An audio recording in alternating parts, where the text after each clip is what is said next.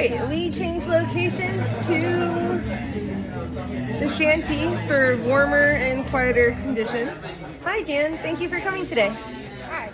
Hi. How's your day going? It's going great. It's very cold. Yeah, it is a pretty cold day. At least it's not raining yet, right? Yet. Can you tell me your pronouns? I use she, they, and he, which a lot of people have confusion around. So I'm here to talk about it today. Awesome. Can you tell me a little bit about yourself?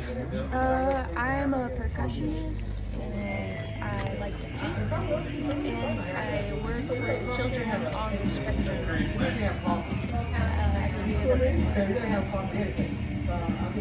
Do you want to come just a little bit? I should talk louder too. Yeah, there we go. There we go. How has transitioning been like for you? So I am intersex, and for those who don't know what that term means, it is an umbrella term that categorizes a difference in genitalia or chromosomes. It is something someone is born as. It is not an identity. It is what's the word? It is the Birth gene? Wayne, any help here? It's a way you're born, not a way. It's an umbrella. It's a way that someone's born, not a way you identify later during life. Yes. It's the way someone's born, and it's not necessarily how someone identifies. It's an umbrella term to talk about someone who was born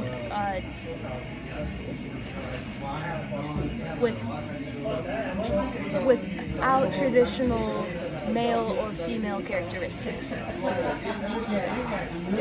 Thank you.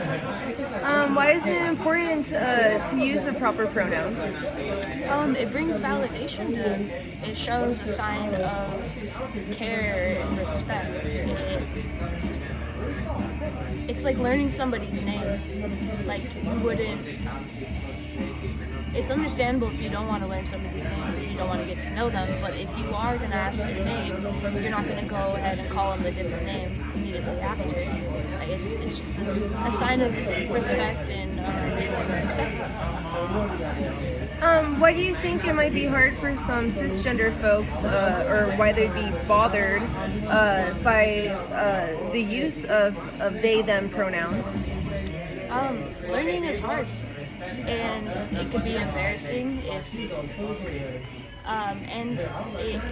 seeing somebody upset. Sometimes, in order to make yourself feel better, it's easier to say like, "Oh, you have no reason to be upset," versus like, maybe I need to reflect on what I could do differently to accommodate and respect you as a human being. Thank you. Why is it important to introduce children to the LGBT community? There's LGBTQ children, and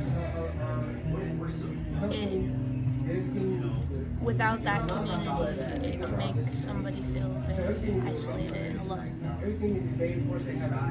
Do you feel that transition has changed you in any way? So, particularly with my case, is I've always felt the need to appear as an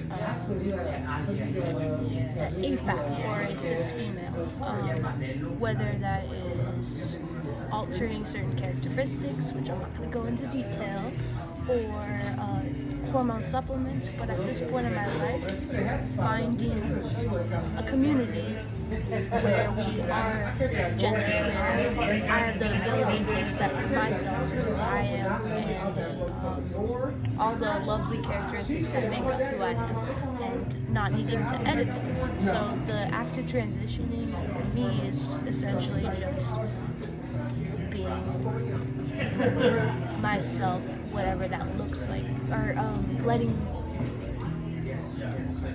myself exist for once, as I am, as I wake up in the morning, yeah. That's awesome. Thank you so much for coming on to Little Lost Forest and talking to me, and also sharing with our community here in Eureka and everyone else that comes to read the blog about why it's important to use proper pronouns and why people shouldn't take offense when they're asked what their pronouns are. Because we're here in this community together, and to show respect to one another and the people in our community, we need to start changing the way we think and really respecting and appreciating the members of our society, including the religion degrees and also the people that help with disabled children. You don't know who you're talking to, and you don't know what their background is, and for anyone to not respect somebody's pronoun, they're really not respecting our community as a whole. So I appreciate you ladies and sirs and your theys and your thems coming on today. I can't edit this out, I'm sorry. It's not editable? It's not, I can edit it. Okay. I can edit it. Okay. You folks. Is there anything else that you wanted to add? Yes. The more we learn about this, the more people will have the ability to have language to advocate for themselves in the medical way. I can't tell you how much has changed for my ability to just talk about the things that my body needs. And that wasn't necessarily what a woman who is cis might need. And even though the doctor might see that because I was assigned female at birth, that's not necessarily what my body needs. So just that, those terms, the education behind those terms, just having doctors who are educated about what that is, because I've come across a lot of medical professionals that don't. It's I don't know, it's healthy at the very least. At the very least, I can go to the doctor healthily and get care. Yeah, it's so important. All right, thank you.